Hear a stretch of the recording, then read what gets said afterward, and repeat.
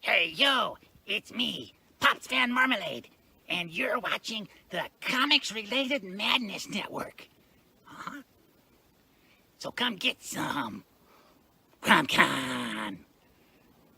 CromCon.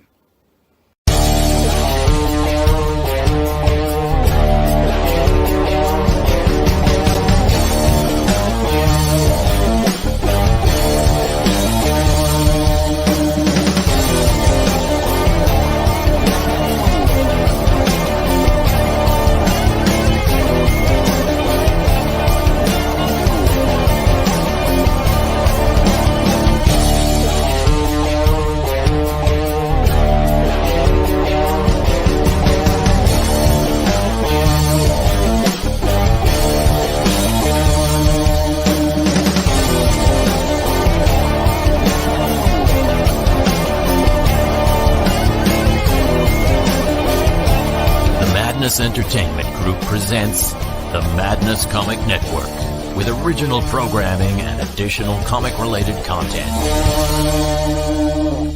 Hey, we want to shout out to our sponsors, Daytona Beach Comic Con. If you are a fan of comic books, if you're a fan of comic book conventions, and if you like meeting comic book creators and getting comics and comic-related stuff, then you need to make your plans to attend Daytona Beach Comic Con.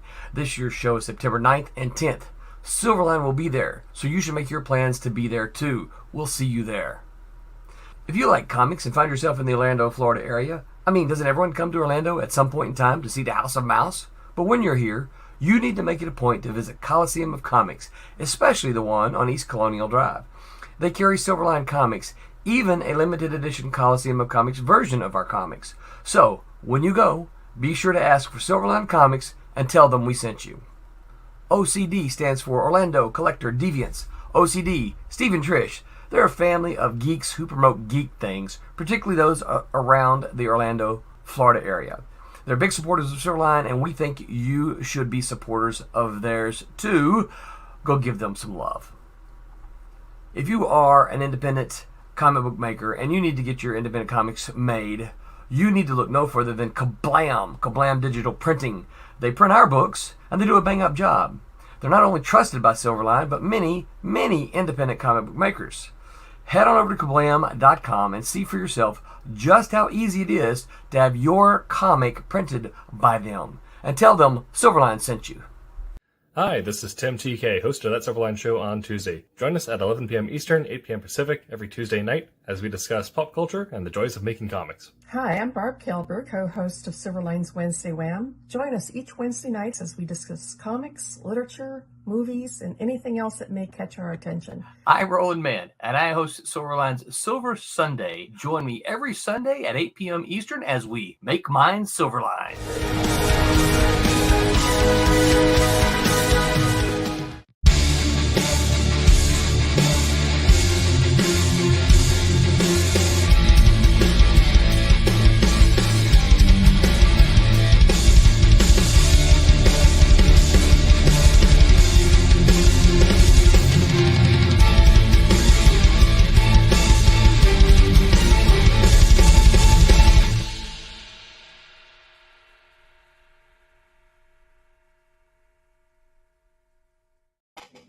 Hello, everyone, and welcome to Silverline's Silver Sunday. This Sunday, November the 19th, 2023.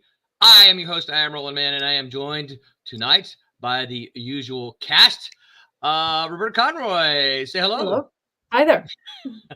Hello, hi there. And I am joined by Mr. Tom Mason, our top troublemaker. Hello, hi there.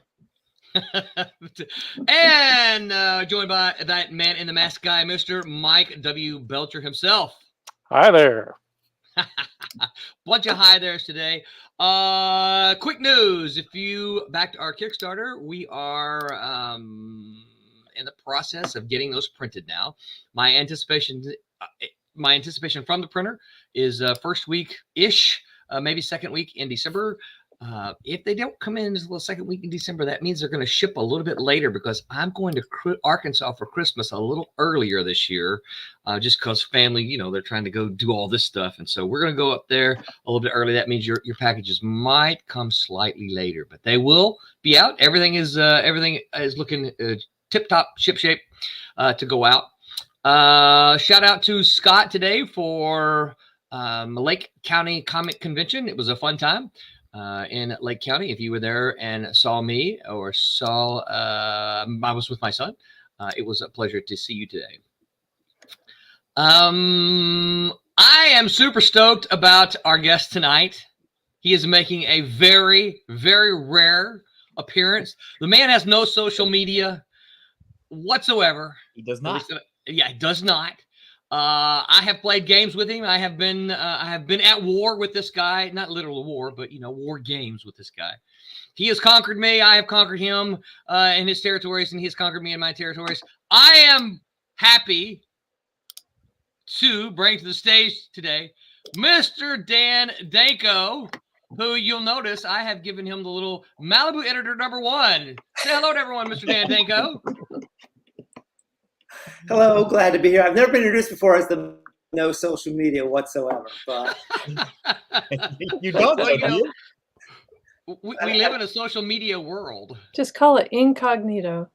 yeah, No. It's off the grid. Off the grid. Or Off smart. the grid. Or smart. Yeah. So Dan, thanks for joining us, man. happy to be here. I am excited to hear parts of your story that I don't know that I know. So we're gonna get the Dan Danko origin story tonight. So I'm sure some of these guys have questions. Well, Roland, I want to jump in. You may not know it, but I probably don't remember it, so we're going to be in trouble. That's okay. Hey, so what I tell everyone, you're a creative writer. Make it up. Okay. Well, I'm glad Tom's here because Tom can fill in the vast blanks. I'm sure that. Tom will correct you if you're wrong. that I can be assured. This Well, I isn't know my you got a appearance, file though. on me somewhere, so Dan's the guest star. He gets to dominate. So he gets to conquer the territory tonight. All right. So Pops is going to say, Pops has said, could be why I've never heard of him. Give us the rundown, Roland. So, notice I'll give, before we get into his origin story, I'll tell you my introduction to Dan. Dan was, when we submitted all of our stuff to Malibu, Dan was, to my knowledge, Malibu editor #1. And what I mean by that is that Tom and Chris and, of course, Devill didn't do any editing, did he? No. Yeah. So Tom and Chris were like the guys, right?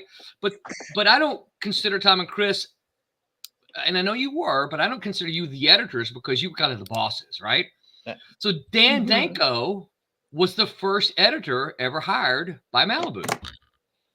He was also, I believe, technically, well, we used to call you employee #1 because you were the. yeah, technically, Roland, I was the first envelope stuffer ever hired by Malibu. That was my first official job. So Really, I did not know that. I think you give me way too much credit to say that I was brought in as an editor. So your first job at Malibu was envelope stuffer, huh? Well, actually, no, I exaggerate. That was the first job Tom ever gave me. The first job I ever had was we had a back issues, a very vibrant back issues business. Right. So I was the guy in the warehouse that was taking your order, slipping it into an envelope, and mailing it out to you. No way. Yeah, because you were technically, I think I have this right. You were technically an intern, but you were Chris Alm's brother's friend. Isn't that how you got in? I was Chris Holmes' uncle's brother's cousin's friend. Right. You were cousins to Martin Goodman, and so you. Right. Well, isn't it the way everybody gets into comics? I know somebody who knows somebody. Basically, got Rosenberg's pool, and then the next day I was editor.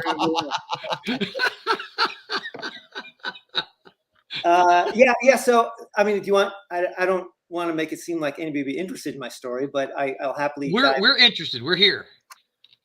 Okay, so I went to high school with Chris's brother, and then we were at the same college at CSUN, your old stomping grounds, Roland. Right. And I had a class where it was a rare double semester class. In the second semester, you were supposed to go get an internship, and the type of things they were offering were like working at a bank, working at Sunkist was one of them. As a liaison to marketing.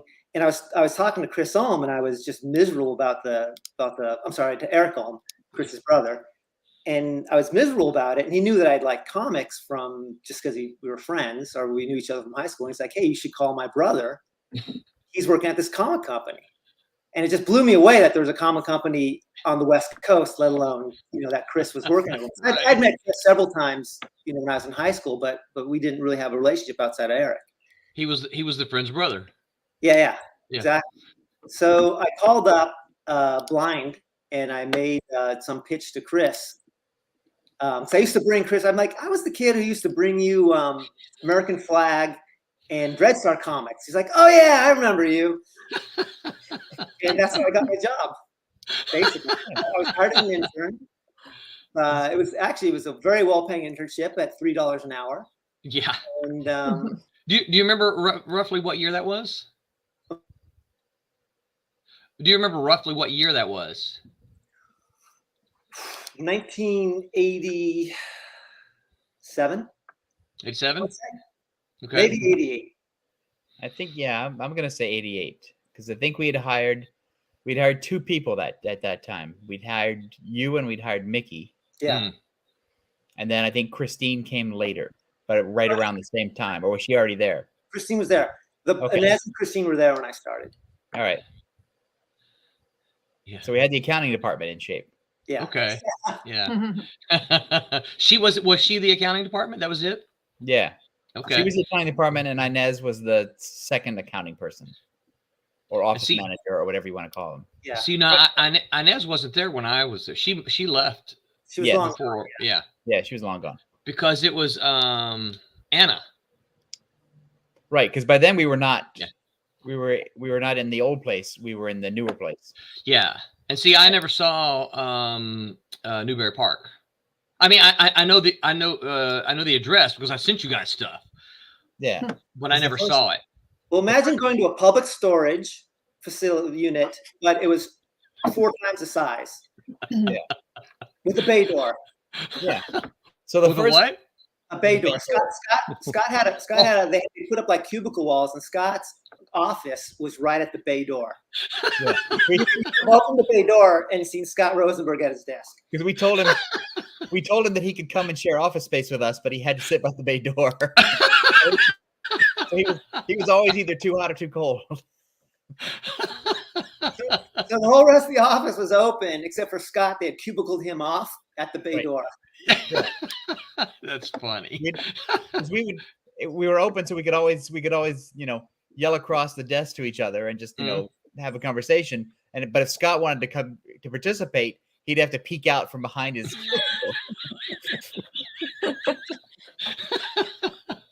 I got a couple comments here. Owen Reed says, hello, Silverline family. Hello, Owen. It's good to see you here. If you got any questions for Mr. Dan Danko, put them in the chat and we'll get them asked. John Martin, what's up, John? Good to see you here this evening, sir. Yeah, so by the time I started corresponding with Malibu,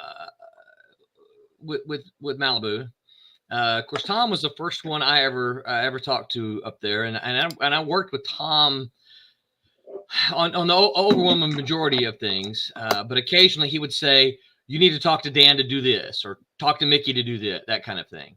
That was if your comics order didn't arrive. No, yeah, I don't remember. I mean, I honestly I can't remember what the reasons were, but I knew that you and Mickey were there. Yeah. But I didn't know. It wasn't until I went to San Diego, 90 maybe. I don't remember my first. Right.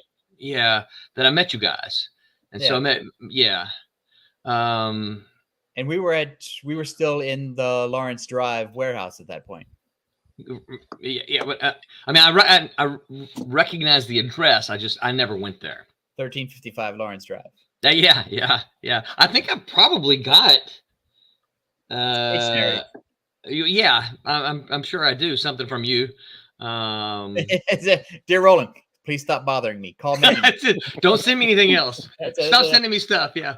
I've had all the Roland I can stand this month. Dear Roland, if you're going to send me a submission, please put your phone number on there so I can call you. Yes, you never did that. It's like, one must communicate with Roland. Hand me my scroll and my dipping ring, and let me. So Dan, so how did you get interested? What's your background in comics? How did you? What's the first comic you read? How did you get interested in comics? What got you into this the geeky fandom that we know as comic books? The first comic I ever read was Marvel's Greatest Comic. Marvel's Greatest Comics, and reprinted Fantastic Four 48. Yeah. Wow, 48. Yeah. And that was the end. That was the end. Beginning and the end. I just loved. Jack Kirby was everything in all. And he was hitting on all cylinders at that time. Yeah. At that reprint time. And then, but that was back in the day when to get comics, you had to go. In my case, you go down to the local 7-Eleven, and you would hope that maybe something showed up that month or a week. Right. And it was all like this big magical world where these comics would come out of a mysterious cave and somehow show up at the 7-Eleven, and the guy at the 7-Eleven wouldn't know anything about anything. Right. So like I would buy, like I remember my first Fantastic Four I bought was I want to say it was issue 121 was also Silver Surfer, 121, 122, somewhere in there. Go down to 7-Eleven every day, but then somehow the next one I bought was like 141 because it was just like this, it was just this strange. Also, at the time I was 6, so I wasn't very smart. Actually, I guess the takeaway from the story was I was a pretty stupid kid. I guess was the real takeaway. Anyway, so I love everything about Jack Kirby, and I just reread those things so the covers fell off. Yeah. I mean, literally, I still have them, and they're just the covers are practically dissolved. And then it was I was in 8th grade, probably, so that would have been 1982-ish. And we went to this place called I remember Swanson's Ice Cream. My family, and I walked out and across the street, I saw Continental Comics, which is still there, Devonshire and Balboa. And that was like the heavens opened up, light shone down on me. I smoked the crack, whatever you want to say, and that was the end of that. I went there as soon as I could drive. I probably went there at least 4 times a week just to hang out in the store. Wow. Cool. And what's funny is this day, so not to jump ahead and go off track, coincidentally, my youngest daughter loves comics too. She's mostly in the manga. Really? No surprise. We go to Continental Comics. I was just really? 3 weeks ago with my daughter. Well, I just stand in the corner through they got a lot of the old Star Trek stuff we did. And I sit there and thumb through the 10-cent dollar boxes looking for Malibu stuff, and she's over there getting Marvel DC. Dad, don't embarrass me. I'm sorry, $5 box, Tom. Yeah. Yeah. So it wasn't that long then, between that time then and when you got your internship at Malibu. No, I was in 8th grade then, so it was a bit of a time. Wow. So, but what I'm saying, you were still, because if that was 88. Yeah. So I mean, you were. I don't mean you were, a junior high guy, but you were still fairly young when we started working at Malibu. So then right out of college. I was still in. I was in my last semester of college. I'm sure if you did the math, I might be off on some of those years, but I don't remember. It's okay. So anyway, I discovered Continental Comics when I was in 8th grade. I started at Malibu in Malibu in my last year of college. So can I interject? That's the comic store I go to all the time. Oh, really? Yeah, because I live in Granada Hills. Well, I might see you there sometime. Maybe you will. Wow. Nice. Well, I haven't yet, but usually there's not that many people in there, sadly. Yeah. I'm afraid that's the situation for comic books pretty much all across the nation these days. Well, you got to go in on Wednesdays or New Comic Day. The comic day, and then the weekend when the adults are out of work. And so right. Because otherwise it's like going to Costco after 7. where there's just, Kind just once the free samples are gone, there's no reason to go. Mhm. Yeah. Yeah. So when you move from I'm loaded with questions. You guys got any questions? You're gonna have to jump in. No. So when you start at Malibu, being the mail guy. Yeah. How did you move from mail guy to what was next? Well, I went from mail guy to envelope stuffer. Okay. And then okay. So honestly, I was pretty miserable because I just graduated college. Oh, what'd you get your degree? What'd you study in college? What'd you get your degree in? Mail stuffing. So So was it art or was it English? What English. English? Okay. So I got out of college and I was, going to Malibu every day, stuffing envelopes. And I was like, what the hell am I doing with my life? I was and my starting salary was $6, I think, $6 an hour. So it was double my internship. So that was a big step up. But yeah, so I mean, eventually I just if I had any but if I had any other opportunity, I probably would have gone because I was just so unhappy going there. And not because there's anything wrong with the company, but because it's like this is my life. You know what I mean? Yeah. It's like you're stuffing envelopes. It's very disheartening to me. You should take a bank internship. Right? Yeah. Not- The bank. Mm-hmm.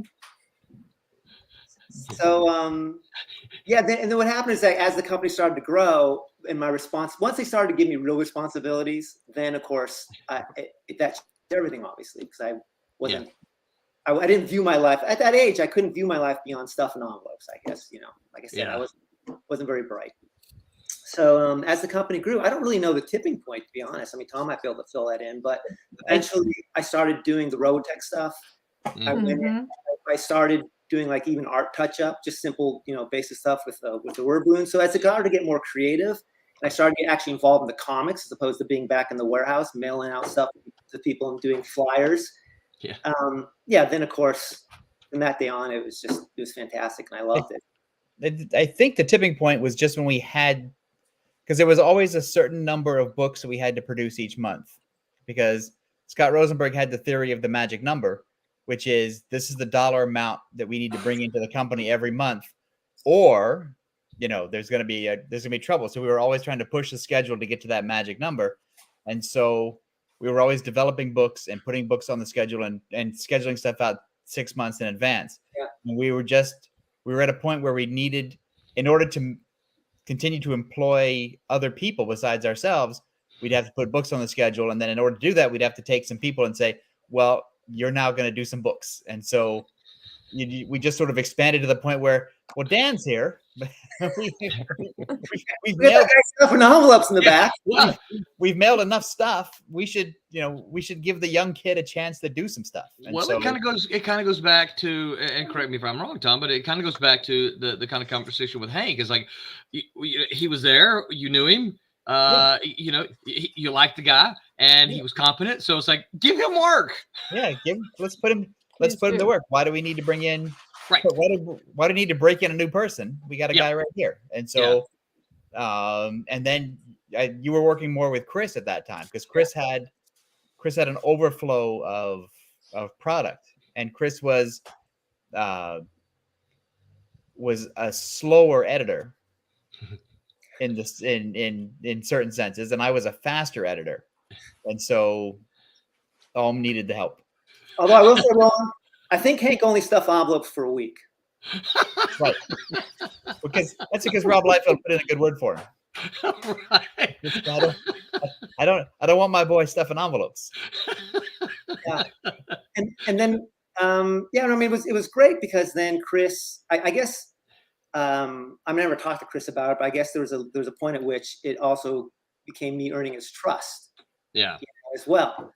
So at a certain point, he handed off certain books to me where I got to be the liaison. I spent a lot of time talking to you, talking to Eldred, to Barry Blair, and again, like that's for me when things really got enjoyable, because I began to it's not that I was getting involved in the creative, because in those days we really kind of weren't doing that stuff, because like with Robotech, it was already set in stone. You know, I mean, we weren't going to be very flexible with the licensed property for following adapted stuff. But it was just great to not suddenly, but I eventually got to be involved in the comics world and start to even have like Roland, I mean this sincerely, I always considered you one of my favorite people to work with before you came on Malibu, even after you came on. But I mean, at that time, it was you and Aaron Lopresti and Tim Eldred were like three. I mean, Aaron came much later, of course, but like when you and Tim were still working in whatever places you're working, it was always great to have that relationship with you guys. And I really enjoyed the opportunity to see you and Aaron later at the comic conventions and stuff. Yeah. It was great, because I really had a relationship with you guys that I enjoyed. Yeah. Do you remember the first time you and I met? Did you think I was Gareb Shamus? No. I actually knew you before I knew Gareb Shamus.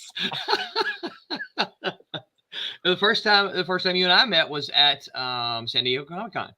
Okay. You were working, and of course we had talked about the booth couple of Sundays ago, where the booth was split in half. Half of it was the retail side, and then the other half of it was the promotional publication and stuff. Yeah. You were working in the retail side. Yeah. You were over there selling. I guess just working in a booth selling comics. And I think maybe Tom or Chris, I don't remember, one said, "Hey, Dan is over here, go meet him." And I'm like, "Oh, okay." And I just walked right around and, "Hey, Dan, I'm Roland." I remember, I can see it just like yesterday. I remember the booth. It was an extension of my direct sales day with back in the warehouse. You had a sort of, I figured probably wore you out, but you had a real gift for talking to people in like a P.T. Barnum manner, where they would come by and buy. You don't want 4 books, you want 5 books, kid. You need, listen, if you're gonna buy this, you want to get this and this and this. So, and for anyone who's never met Dan has a one of his characteristics when he's talking to you is he'll lean towards you just a little bit, right? Like he's telling you, like, "Hey, I'm telling you something. You need to lean up here and listen to me, because this is good stuff I'm about to tell you." And this would be with anything. Yeah, you're a salesman. Yeah. It was. I remember that. I remember so many conversations we had in the offices. Dan was, he would lean to you. Of course, you're leaning over because I'm about to hear something. Who are you going to talk about now, right? I'm just quiet. Dan's getting closer. Couple comments here. Christian says, "What's good, all?" Hey, Christian, nice of you to stop by. If you got any questions for Dan, please put them on here. David Rios, another Malibu alum. David Rios says, "Hi, all. What's up, Dave? Good to see you here, David." Yeah. So that's the first time I met you. Now I met Duo and Tom and Chris actually in Chicago at the Chicago Comic-Con. That's right. Yeah. One of the few times we went there.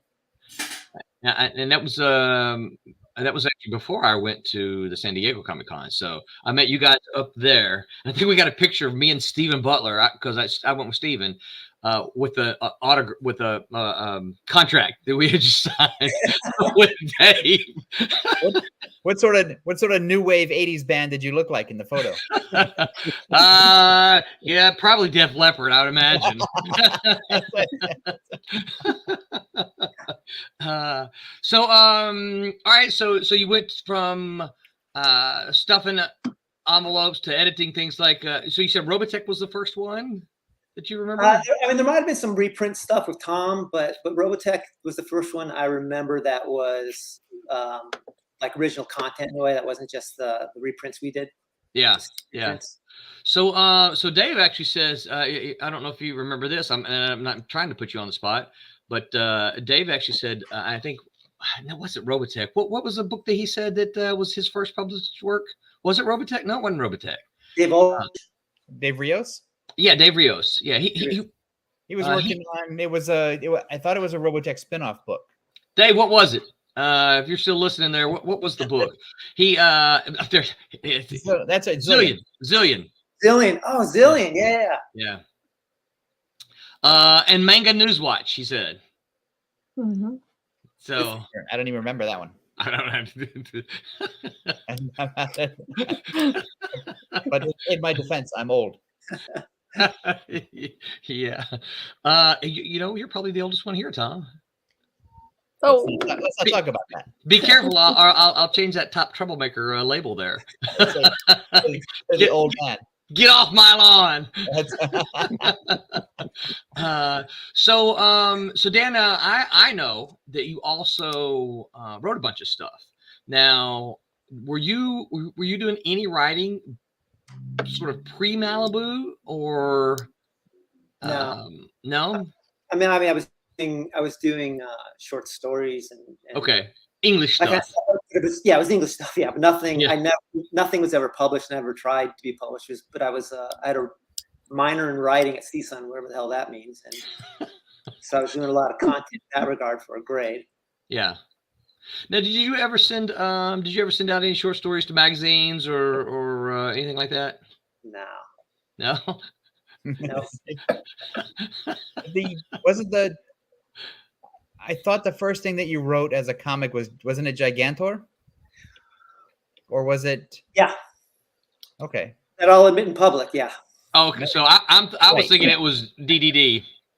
Yeah. Well, no, it's Gigantor. We're gonna. Okay. All right. Gigantor. Okay.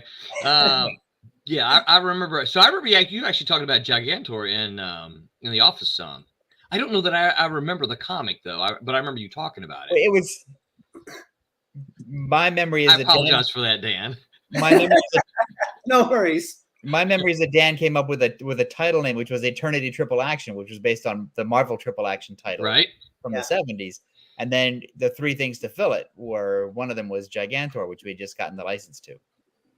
And I think Dan wanted to, and Dan either encouraged us to get the license or wrote it after we got it. I did not know about it, and I think I want to say Tim Eldred had the other story in that, and it was original content. And then Waltrips had another story. I had a story, and then the third thing was the Waltrip thing. Yeah. Yeah. Hmm. But I could be wrong about Eldred, but I think Eldred had a feature in that as well. Yeah, it was with Gigantor, the Waltrips, and Eldred. Yeah. Or a Waltrip. Sorry, it was Full Metal Bikini with Waltrip on, I think. Right? Wasn't it? No, I thought it was Amazon Gazonga. Okay. Yes. Okay. I knew it was something of that. Right. Of that. So, other than the bikini, is there really a difference between those two? No, not really. Yes, one is metal. Yeah, it's Gazonga, so that's right. So I may be skipping stuff because I'm coming at this from my point of view, my perspective. So by the time I moved out to California, I'll get to the Dan story about earthquakes in a minute. But by the time I moved to California, you were already working with a coloring department, right? The Malibu started a coloring department. Now that I don't know when that happened, but it was already tiny by the time I got out there. But you were kind of did you spearhead that or what was your involvement in that, and how did that happen? I don't think there's anything at Malibu that was ever my idea. But no, I think a refrigerator was your idea. Refrigerator idea. It was my idea. Yeah, the fish tank was definitely my idea. No, so see there. No, I mean, okay. I like the page of the month. There were some things that were made, but, right. But as far as like actual company directions, it was never my idea. However, I was usually the one that Chris would hand it off to. So, the amazing thing about Malibu's coloring department is we were at the forefront of that entire technology, because there wasn't, like, we brought in a lot of consultants, at least 2, maybe 3 different people. We did a lot of reaching out to people in the printing industry, and the problem was that there was never a need for a high resolution black plate like we had. Yeah. low res line art, and they didn't have to have the lettering didn't have to be at a different. Actually, let me take a step back. We couldn't do the coloring at high res because back then Photoshop would take 24 hours to render, a simple page. Right. A 10K page took 4 hours to save. So it was slow. Yeah. So we had to find a way to do it, and it was like the person who really cracked all that technology, I think, was Ed Hendricks. Really, yeah. I would say carried 150% of the credit for that. But where my role was I was that initial round, or actually maybe I don't remember how many rounds I did, but I hired pretty much everybody or brought them in, and then managed it to the best of my ability. And I guess so I definitely spearheaded it once it was decided to be done. Yeah. And see, that's what I remember. Like I said, by the time I got out there, you were. I don't know. I don't recall if you were actually the supervisor, but I think you were kind of over all of that. We never really gave people titles in the early days of the expansion, because it didn't really. We just needed things done. Yeah. And so, because Dave and Chris and I had originally gotten the computers for the coloring, and Dave had learned the system so that he could teach other people. And then it was like, well, Dave was the publisher of the company, so he really shouldn't be coloring logos and posters. And he really shouldn't be supervising, because he should be arguing with printers about stuff and making deals. And so, and we're the 6 contracts that have to go out today. So, right. But look what I did with the blue. And so, right. So then you just said, it's that thing where you look around and say, well, Dan's the only other person who could do this. And so Dan do this, go out to Kowloon and get graduates from the art department and start bringing them in. And so and then as the coloring department grew, it's like, well, now we need Dan back. Right. The editor. And so then you got to bring in somebody else to run the coloring. Yeah, that's how I remember him, as just a boss. I didn't know what kind of boss. Dan? That's what you remember Dan as? Yeah. I can remember it as a lot worse, so I appreciate that. Lots of coloring. So I got to tell my Dan story before we get too far, right? So because I did used to speak to Dan quite a bit on the telephone, when Malibu offered me the job, I called Dan Danko and we were talking, and I said, Dan, one of my concerns is earthquakes. I'm from Mississippi. The ground don't move here. Right. And Dan tells me, Roland, we have them all the time, but they're not that big. It's not that big a deal. You feel them and you're kind of like, oh, what did something just happen? Maybe some stuff rattles a little bit and you're like, oh, you know what? No, what? And he's like, yeah, it's not that big a deal. And I'm like, okay, all right. I'm coming then, Dan. But based on this right here, I'm coming. I'm moving to California, right? So some of you know, the ones laughing here, remember, I was 0.7 of a mile from the epicenter of the 94 Northridge earthquake. Our place was just, it did not fall, but it was demolished. Everything in our apartment. And Dan, you were one of the ones that helped move me, weren't you? Me too. Yeah. So you guys remember what a mess that place was, right? Yeah, you're the worst housekeeper. And right. So everything's upside down here. Dan comes up to me. It just gives me a big hug. He says, I'm so sorry, Roland. This is the worst. This is the worst earthquake we've ever had in my entire lifetime. See, Roland, what I never told you is after we had that initial conversation, I hung up the phone and said, Tom, I told them they're no big deal. Once he gets out here, he's kind of trapped. He's in the club. Well, listen, I tell people that that was one of the most, and you guys know this, that was one of the most hard experiences of my entire life. If I could have hopped on a plane right then and there, that thing hit at 4:30. If I could have got on a plane at 5:30, I'd have said bye. I was going, but I couldn't get anywhere. We couldn't leave. I looked at those. I was in I was in the middle of the Whittier earthquake before then, and I was in the Northridge earthquake. And I just looked at those. I would just check my watch and say, well, now we're done for a while. And then it'll be a few more years before it blows up again.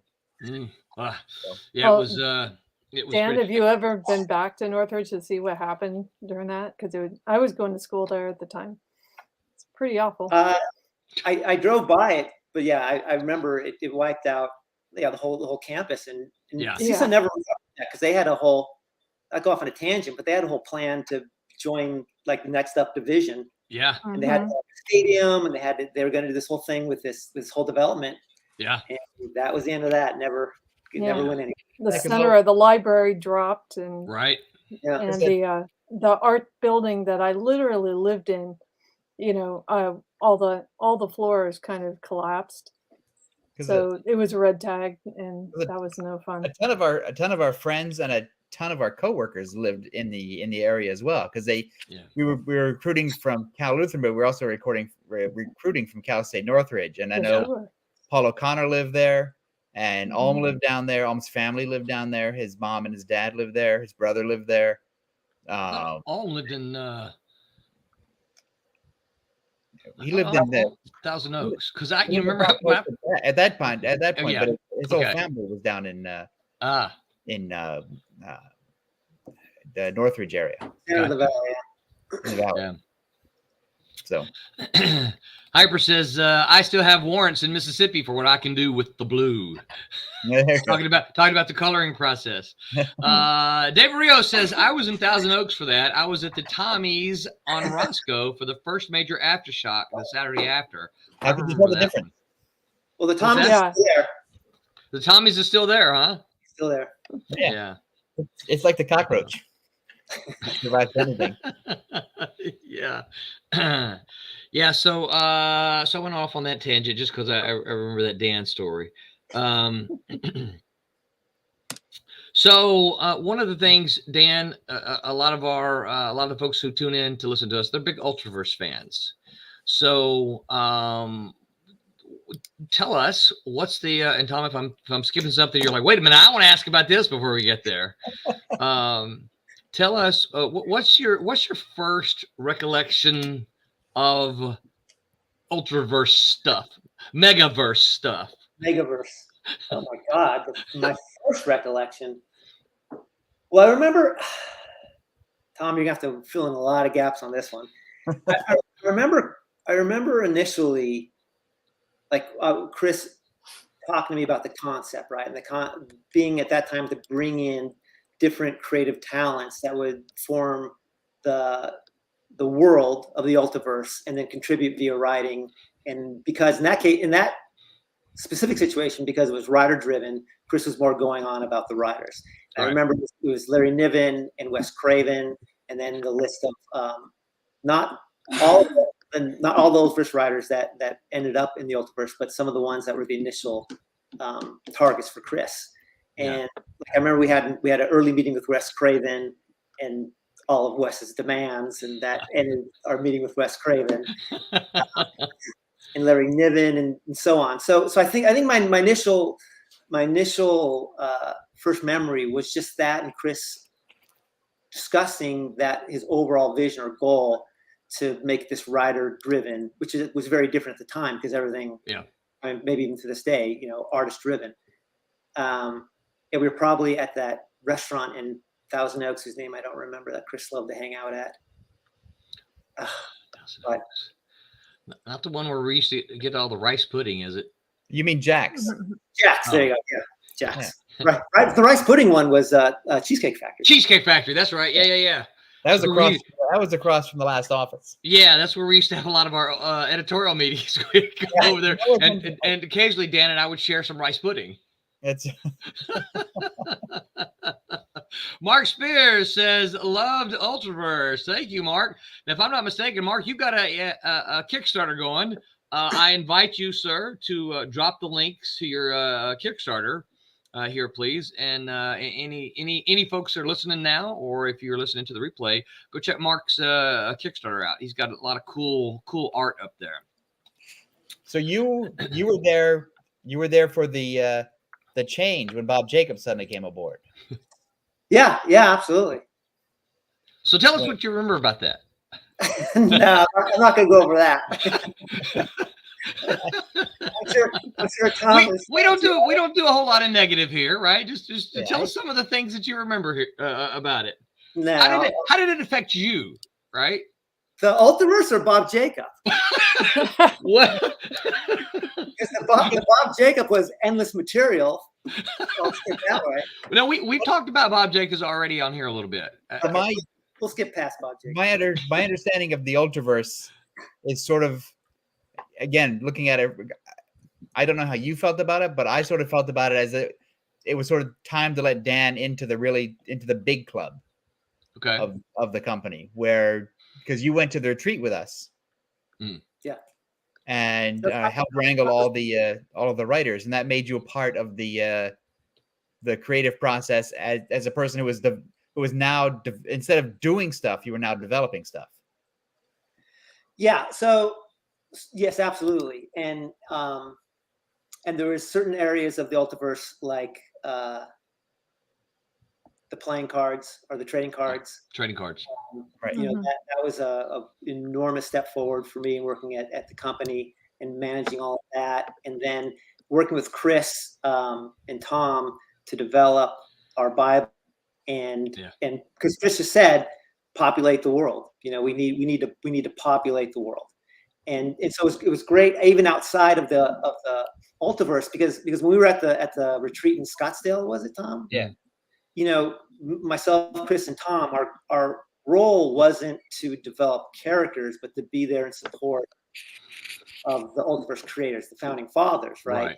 Now we did, in some capacity, like I think more so Tom than anybody at that point did bring in our own ideas, but we were definitely secondary to. We were kind of there to steer the ship, right? Right. And to come out of that meeting with a world and characters that Malibu would love and be excited to publish, right? Yeah. So, but then once we got back, Chris said, okay, now we need to take all those pieces and put it together, create a world, create something that has backstory and history beyond what was discussed at that meeting, and glue it all together, you know? Yeah. So, and it was amazing and wonderful to be a part of all that. And then with like the Bible, then, you know, we send those things out to various artists to do the trading and say, hey, pick whatever you want to do to develop a trading card. For the trading cards, we kind of did this dual purpose thing where we had creators that we had hired to develop the characters, but we also kind of, not for the main characters, but for some of the secondary characters. Like I was sending this stuff out to Walter Simonson, to Russell, and saying, here's they were hired for the trading cards, but they also got to be the creators, you know, who did the visuals. That was part of the deal too. And so they just got to pick and choose what they wanted. You know, so it was this really great synergy of times, because I got to work with some amazing creators, the artists in that regard. And of course, Aaron Lopresti with Lord Pumpkin as well. Yeah. That really changed a lot of stuff. But then there's an interesting story. I don't know if I'm sure you've talked to Aaron, but it's interesting because originally, so some of the characters for the Ultiverse, they're being designed on staff because for budget reasons, right? Mm-hmm. And so Tim Eldred, who was at that time working on staff, was given a list of characters to design, or specifically it was for the card art, but again, they would double in some cases as the character design. And coincidentally, and I'm sure Aaron's told you this story, so I know you guys have probably heard it 1,000 times, but Aaron discovered the written description for Lord Pumpkin and decided on his own, I'm going to do this because I really like this character. So it was almost like within a day of each other, Tim Eldred turned in his on-staff drawing, and Aaron, I think, probably faxed us his drawing. And so that's why, if you ever wonder why Tim Eldred gets co-creator credit for the visual design, at least on the trading cards, it's because they were both working completely separate from each other. Yeah. But from the same document. From the same document, yeah. And we didn't want to be unfair because we decided to go with Aaron, so we didn't want to be unfair with Tim Eldred, who did fantastic design too. It's that Tim's design was more looked like more fantasy based, really nice fantasy character, but Aaron got that wicked The horror sadistic aspect. look, and just Yeah. nailed. Good. And then the fact that Aaron wanted to bring in a sludge, and of course, we let Aaron run with it. But yeah, I'm sorry, I went on a tangent, but that's kind of how a lot of the Ultraverse, at least the character designs, were formulated too. They were kind of like these strange coincidences with people who were working on the trading cards. Well, that was one of the things too that I remember about the original Scottsdale conference is that the 7 founders came up with these characters, but a lot of the characters were similar. Yeah. And when you came back and you started, well, now we need to take all these characters and now we need to make a line of books. We can't have 4 very similar characters come out over the same 2-month period, and then you need more stuff. And that's when Dan had originally pitched Lord Pumpkin at the Scottsdale conference, and so you got some other characters who were just weird and quirky and were different from traditional superheroes. So you could let Englehart have his team book, and you could let Hudnall have his solo superhero book, and you could let Barr have his female sword and sorcery magic book, and then you could also do a horror book. And so we were there to sort of plug in the gaps. Yeah.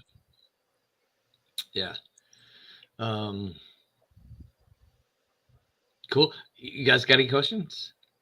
Mike? Anything? Not Dan. I just love listening. This is, I love hearing the origins of this stuff. This is great. I love it. I've absolutely never heard that story, and I love learning this. Thank you.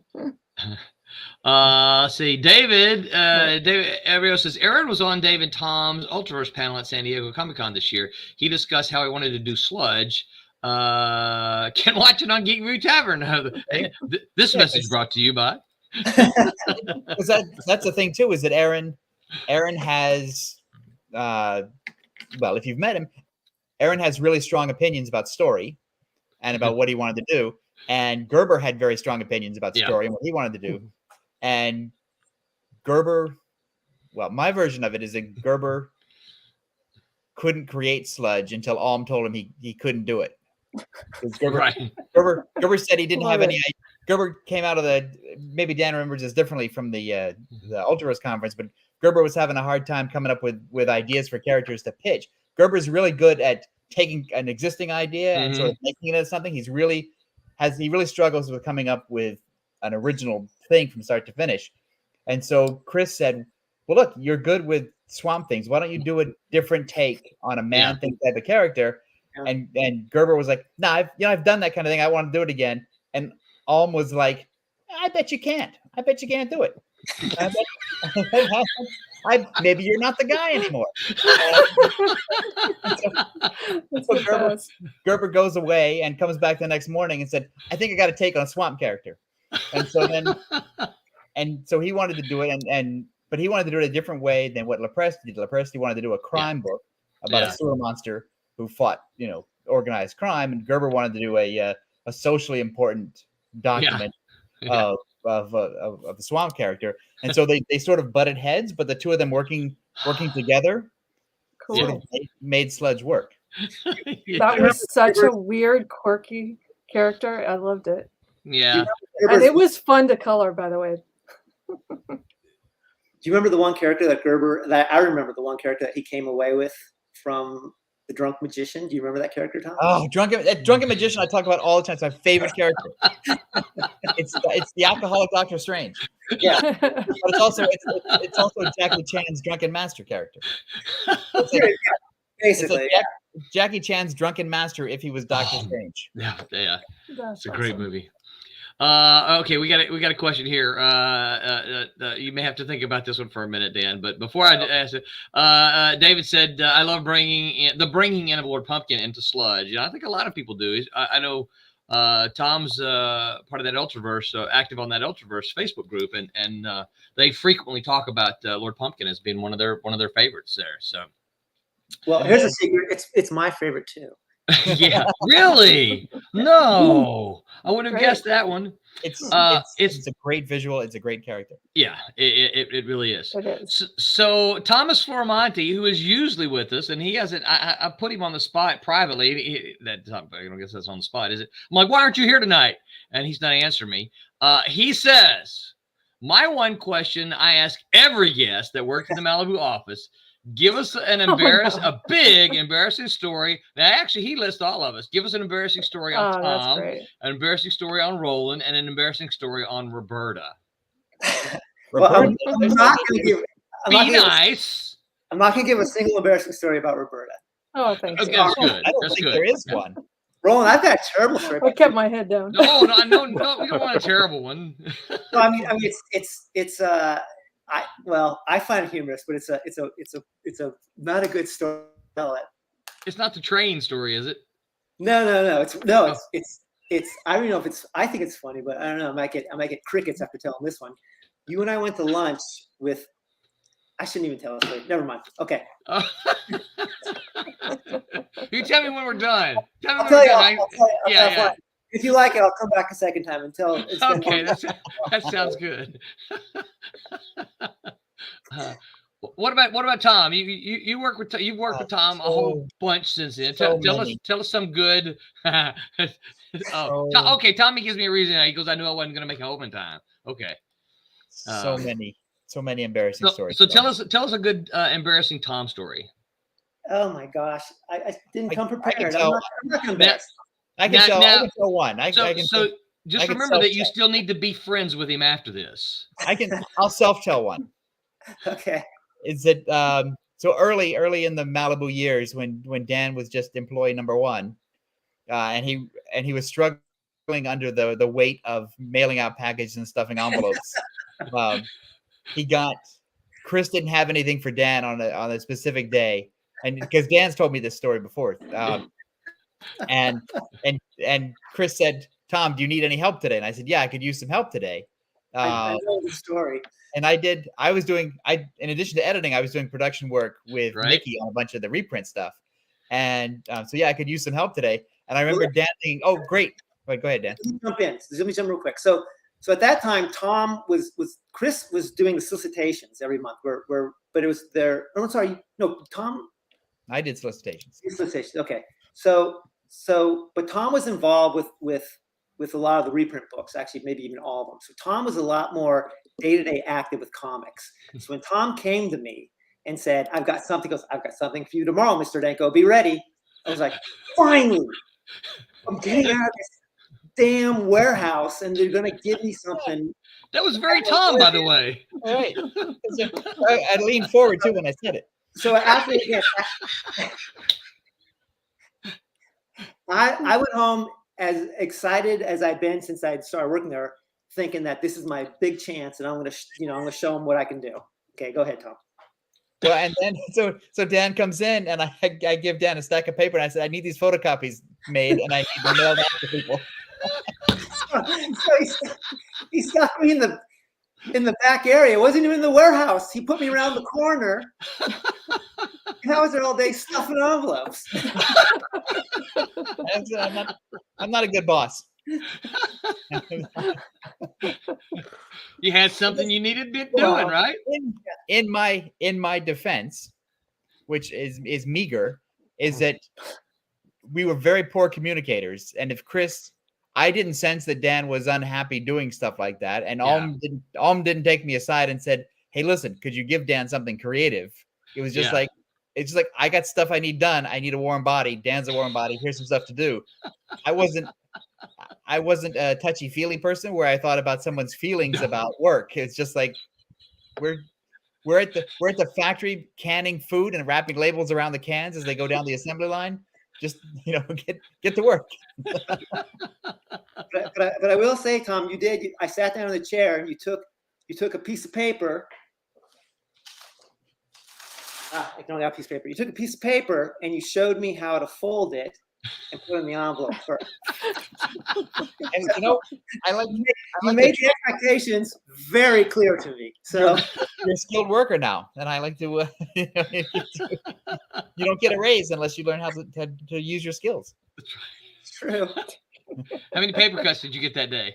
About 400. Oh, I kept trying to cut myself like this. Yeah. All right, you got another question? I got so many questions. But Go ahead. I'm self-owning my bad business. We might talk to each other every day for 20 years. Yeah, I know the answer to every question I could ask Dan. Yeah. So I was hoping he would tell, what Tommy say? A big embarrassing story, but not one that you still maintain your friendship, right? Just embarrassing. Well, it's every damn day, Roland. I do something stupid, so it's not. So all right. So what was your? And again, we don't do a whole lot of negative here, right? But what was your what was your if you were looking back on the Malibu years, say what would you say maybe is your biggest regret or thing you wish you could have done, or least favorite thing, kind of in that category? That's a tough question, because I did the best I could with who I was at the time. I think I hate to call it a regret, but I think I was definitely, with the coloring department, I just didn't have the skill set, the people skills to really be in that situation. And I tried my best to always, give people a chance to shine or do whatever, like whether it be like Chuck Maiden or George Cox or Abel Cayeros. I mean, let me put it this way. I tried to not get in the way of their talent. I guess that was probably my best skill as a manager. I tried to not get in the way of their talent and let them go as far as I could. And there's so many people in that department who are amazingly talented, and they've gone on to do incredible stuff.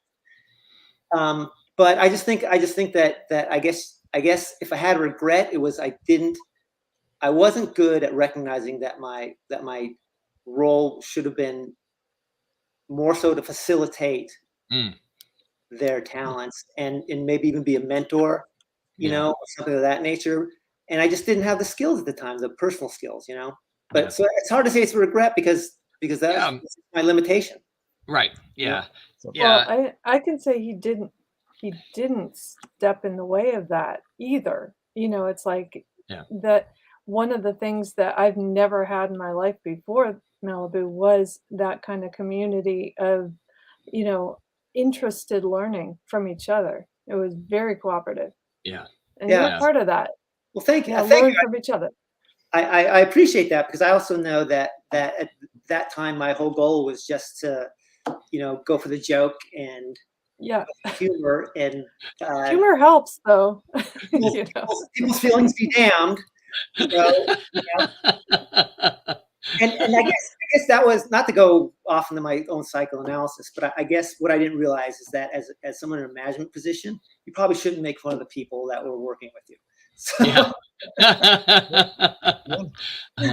Well, lesson learned.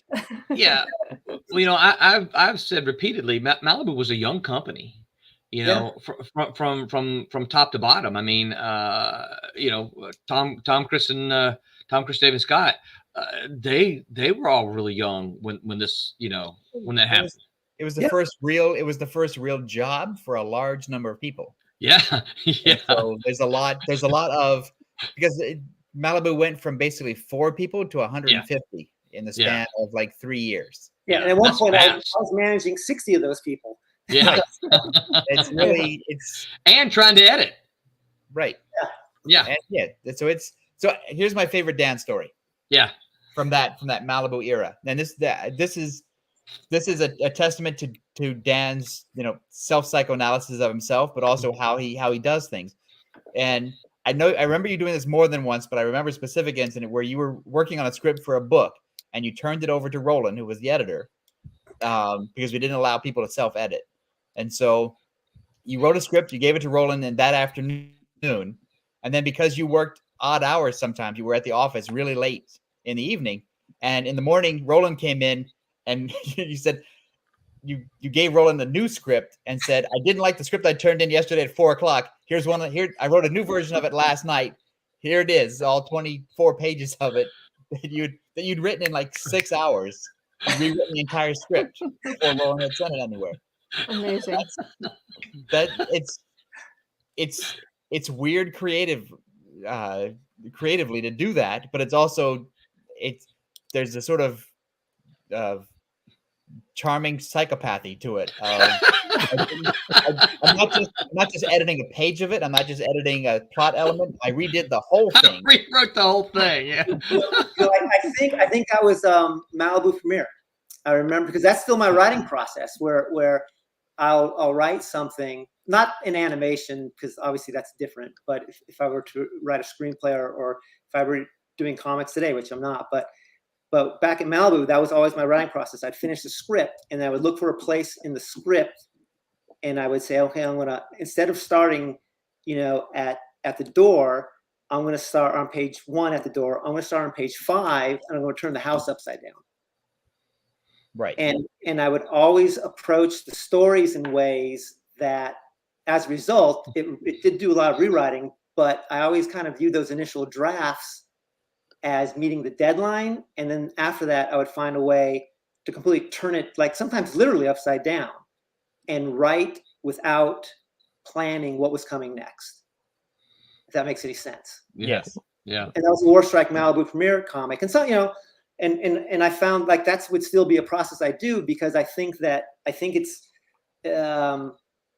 about kind of freeing yourself from that initial creative instinct, because then you kind of get in this rut where you're able to, you're just patterning your writing after your own writing in a way. Yeah. And so I always try to find ways that I could just throw a bomb through the window and just have something completely unexpected happen. That's why, for example, in Lord Pumpkin, why the Crow talked.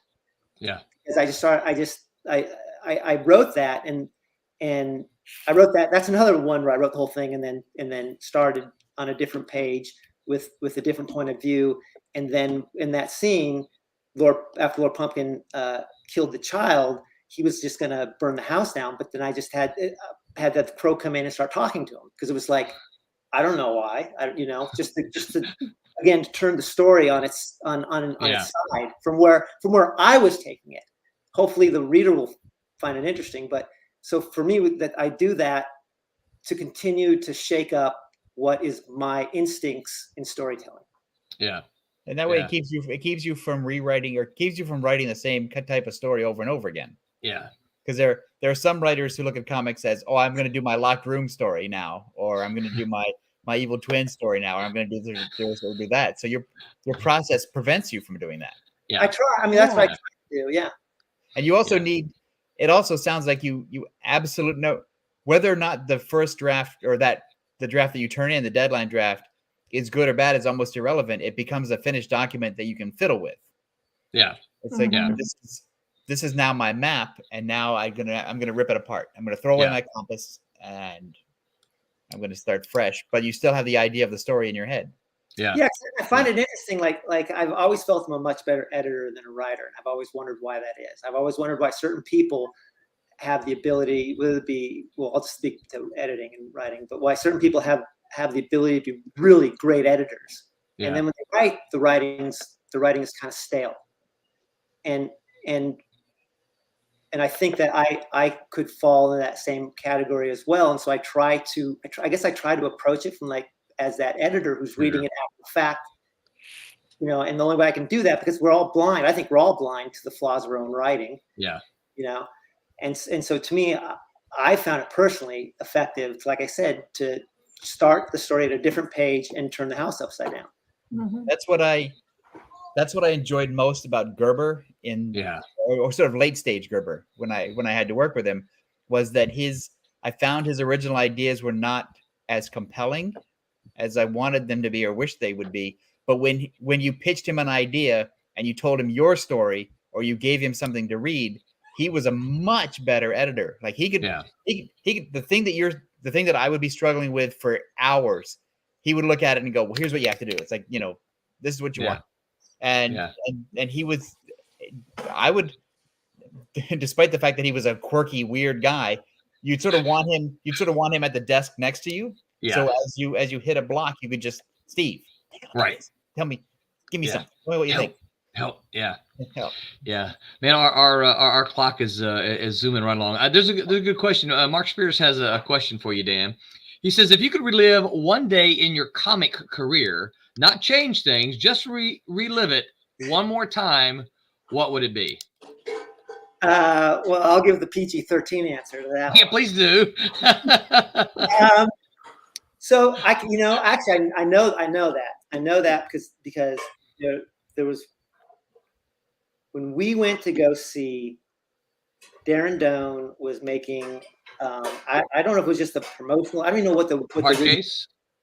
Yeah, what the original goal was, other than just to do it. And so we went to go see him filming that hard case shot where Gary, I forgot the actor's last name. Gary Daniels. Gary, was just running down the landscape, the decimated alley-ish thing, and I don't even know what studios we're at. Paramount, maybe. I don't even know where the hell we were. And Chris and I arrived there, and we were watching them shoot it, and they had the flame effects and some small explosions, and there was fighting, and that was the moment. I think I turned to Chris, but whoever was standing next to me, and I said, "We've made it, Malibu." I mean, we're making a movie, for the love of God. I mean, it wasn't a movie, but it's like, does it get better than this? We're standing here watching, Gary Daniels doing his martial arts and making this little promotional piece for Malibu, and we're a part of this, even as spectators. And that to me that is one of the best memories I have from Malibu. And the other was me and Albert Calleros staying up for 2 days straight, make that Ultiverse handbook in time for San Diego Comic-Con. Wow. That, again, because that was a time when, well, a lot of that was waiting for the pages to save on Photoshop. But, we didn't know what the hell we were doing. Chris or somebody came up with an idea, and it's like, wow, we don't have we have like 4 days to get this done before we have to send it to the printer to get it back in time. And I said, I'll do this. I'll get it done. And other people pitched in too, but Albert and I were the ones who primarily, like, literally stayed awake. I stayed awake for 3 straight days working on that thing in the Malibu Comics. Wow. I was hallucinating. By the time it was done, I was actually looking at the ground and seeing ants like running around. I was actually hallucinating. And there were no ants. Right. Yeah. In both the situations, it was just kind of like peak Malibu has accomplished something. Yeah. Malibu has arrived. Yeah. It was just wonderful to play any role although in the car case thing, I was just a spectator, but in any part of that, those are two memories this day that I think about, and they just make me all warm inside. Yeah.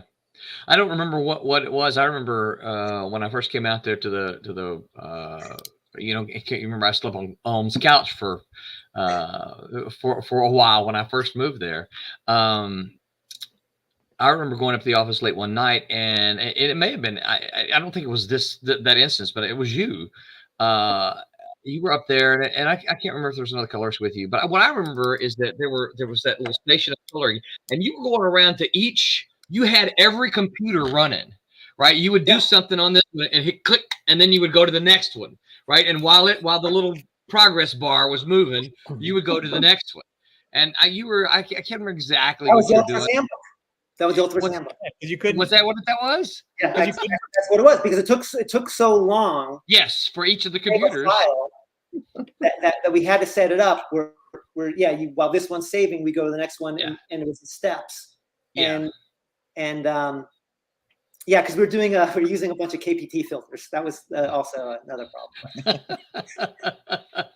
Yeah. Photoshop 1.0, so you remember KPT filters. Man. Mm-hmm. Well, my clock tells me it's 9:13. You guys got any final questions? No. Roberta? He covered so many of the questions I was about to ask that you did a great job.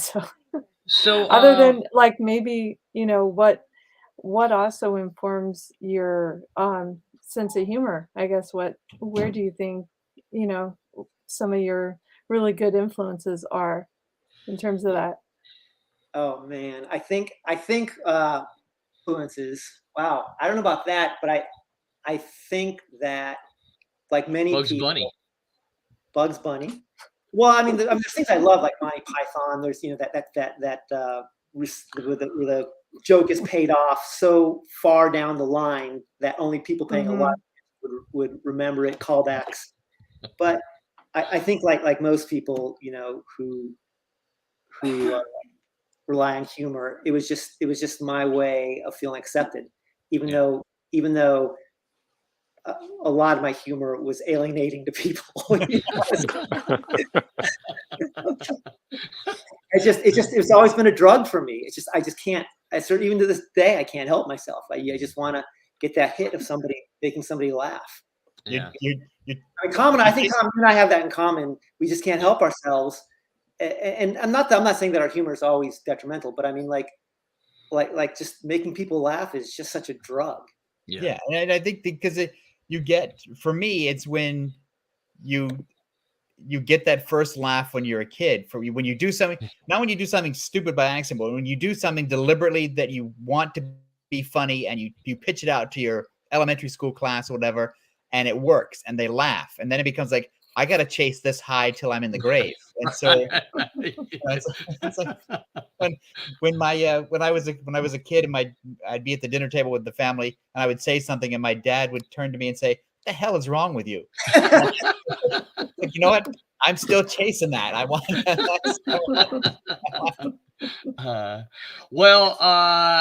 I can say, my memory, certainly, Dan, of you in the office is full of smiles. I know that, again, in my memory, you were always Roland, I gotta tell you this. I gotta tell you this funny thing, right? You were always telling me something funny, right? Sometimes about other people. A lot of times it was about me. You were telling. Let me tell you something funny about you, Roland. And so my memory is of your face almost exactly like it is right now, just with a smile on it, and that's a very, very, very pleasant memory to have. Dan, so you talked a little bit about Eddie, and I didn't even get to talk to you about like what you're doing today. And how did you go? Of course, a lot of our folks love to hear about Malibu, the Ultraverse, and all that kind of stuff. But I'd like to talk to you. So maybe if I can convince you to come back, we'll start with an hour. What's that? Yeah, an hour. An hour.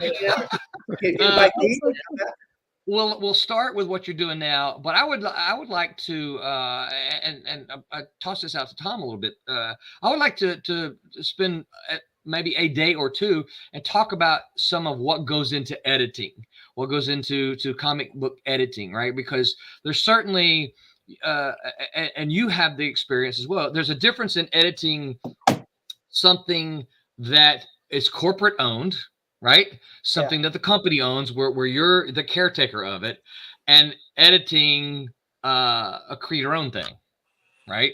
Because those are two different beasts. And so I kind of like to talk about that sometime. Would you like to come back and when we have this conversation? Excellent. So you guys, you've all heard it. We're live. This is captured on the 8 different places that we're streaming. Dan can't go delete them all. He has said he would love to come back, so he's going to come back.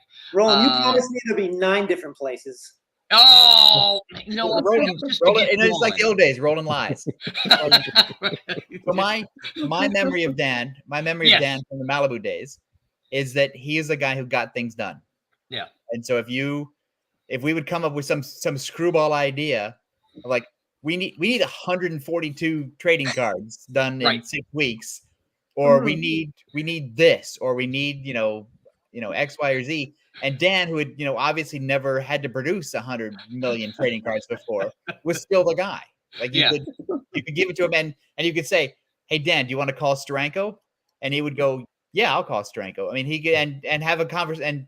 And Steranko is usually a guy who will hang up on you, and Dan would get him to talk, as like a regular guy. And so Dan was a person that you could sort of throw into those weeds, and he'd find his way home. Yeah. Yes, yeah. It's interesting. You should mention Steranko, because when I was asked to call Steranko, I knew what the response would be. So I said to Larry Renosa, "Hey, you want to call Jim Steranko?" No way.